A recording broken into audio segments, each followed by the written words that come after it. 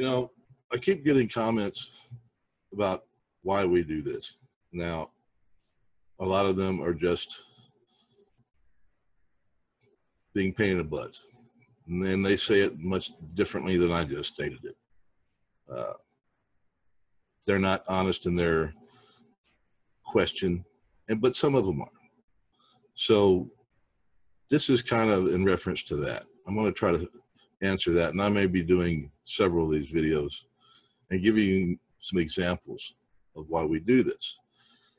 And this is why we do First Amendment audits. So I'm just going to start out and jump right into it. I'm going to share the screen here. Share screen, and I'm going to... Okay, then it shouldn't be an issue for us to look. It is. It's just not. I wish that you want to search when your house was happening. Like, why don't you want to search, like, my house or something? Why? You can't do that, though. You fucking resist it.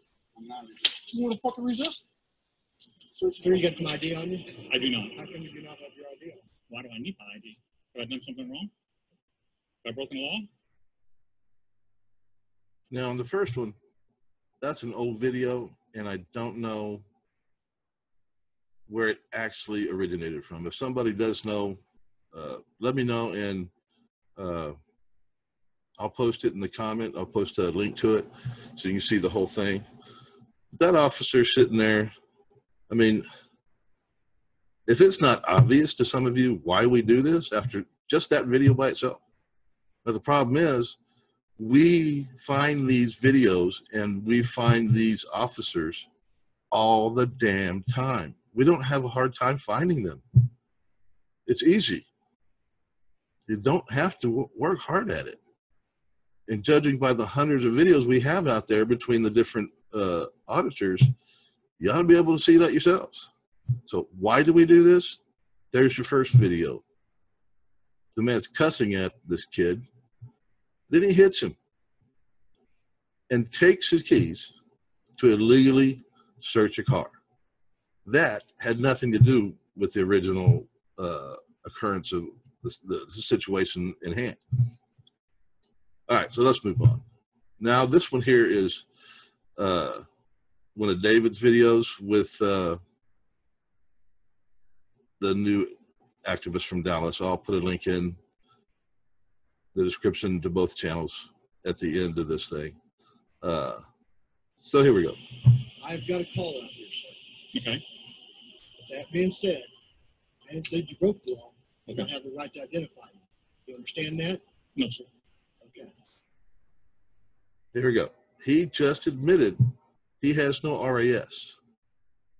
So we know he understands this, all right? Because at the end of the video, when David asked him about being detained, he walks away and he lets David go. So I think that's proof right there he understands what RAS is. And I think it's, you cannot be a police officer for one day without understanding RAS and here in Texas, the law for being required to ID. In this situation, it's, we'll leave out cars being stopped, okay? They're on the side of the road. They haven't done anything illegal. Suspicious doesn't mean shit, all right? Absolutely nothing. They're doing a First Amendment protected activity. This idiot with the badge knows he cannot force them to ID under 3802. You can't not understand 3802 for a day of being a police officer because you deal with this every day and probably multiple times. That's what they do. Every encounter, they want ID. And it doesn't matter whether they just, you look at them wrong when you're walking down the side of the road and it pisses them off. They'll come up to you and demand ID. A lot of them, not all of them. And this one's one of them. This is one of the little tyrants that thinks he can do anything he fucking wants. Excuse my language. And he thinks he's up against the typical individual out there that'll be scared of him and that doesn't know the law. Now, 3802 says unless you are lawfully arrested, you do not have to ID. Suspicious activity, being questioned by a cop, that cop being called out on a call doesn't mean shit. If you don't have RAS, reasonable articulate suspicion, you don't even have, as a police officer, don't even have the right to detain anybody. That is the guiding principle. That is the guiding law. There's none of this, well, you're suspicious, so we're investigating. Bullshit. If you don't have RAS, you do not detain. Absolutely no excuses. That's it. I'm called out to a call on the scene because of complaint. Mhm. I'm out here because of a complaint. Okay. You guys taking pictures. I have the right to identify. And you do not have the right to tell me no. You don't have the right to say, I don't have it. You do. Back All right. So here we are with the 3802. The man's a liar. He's dishonest. As far as I'm concerned, when the minute a police officer stops you and lies to you, from then on, he cannot be trusted. He cannot be trusted at all for anything, no matter what after that. He's immoral, if you want to put morals in there. So after that, you might as well just shut up. But we know what we do here on the audits. We try to teach the police officers, even though most of the time they already know and they don't care, and teach the people that watch the videos. All right. So let's go. take you to jail too. Okay, so you're making that clear. Do you have your idea? Huh? Okay. You want me to code it for you? No, I don't need you to code it for me. I don't need your law degree to throw it at me, guys. Well, you need somebody to throw a damn law degree at you, because you obviously, if you really don't know, you obviously need some help. You don't know that I have the right. You're right, I don't. You don't know if I can take you to jail or not either. Just Yes, we do know. Well, maybe I shouldn't jump in here, but the man's a little tyrant. He should not be a police officer. There is no room on any police department for any asshole like this one. None whatsoever. Now, I'll take this opportunity to say, we got a letter, or there's a memo or a statement that I'm going to go through from this police department's chief at the end of this. So don't run away. I can't. If I ask you, question, you're failing to give me your identification. Okay. Why don't you call 3802 and you'll answer your own question? Sir, I got people who don't want you taking pictures out here. Huh? You're absolutely correct. Okay, Sir. I'm not out here to get a bunch of lip from you, sir, okay?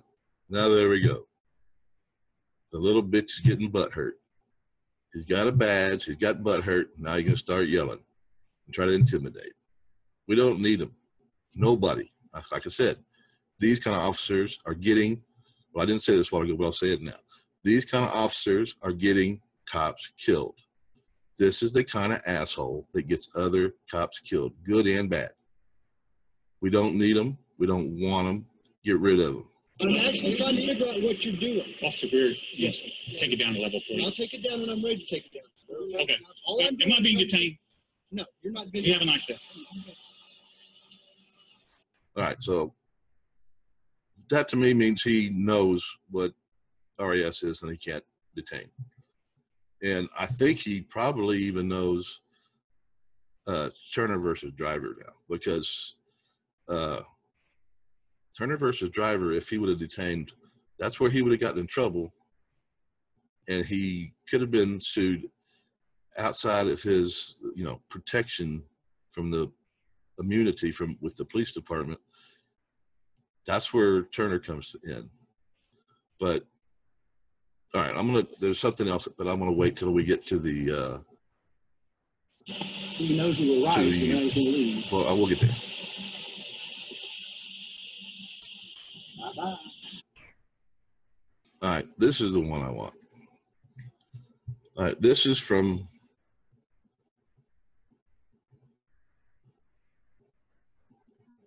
all right.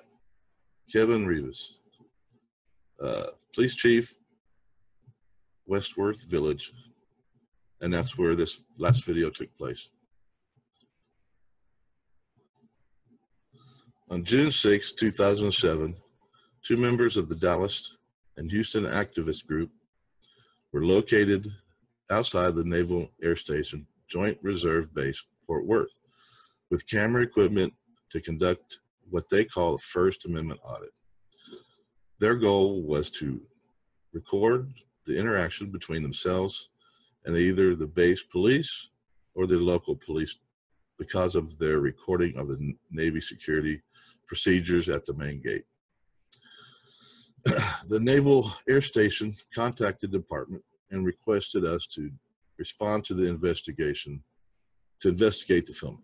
During this interaction, a member of our organization, that's the little tyrant we just saw, contacted the individual, recording and advising them of why he responded.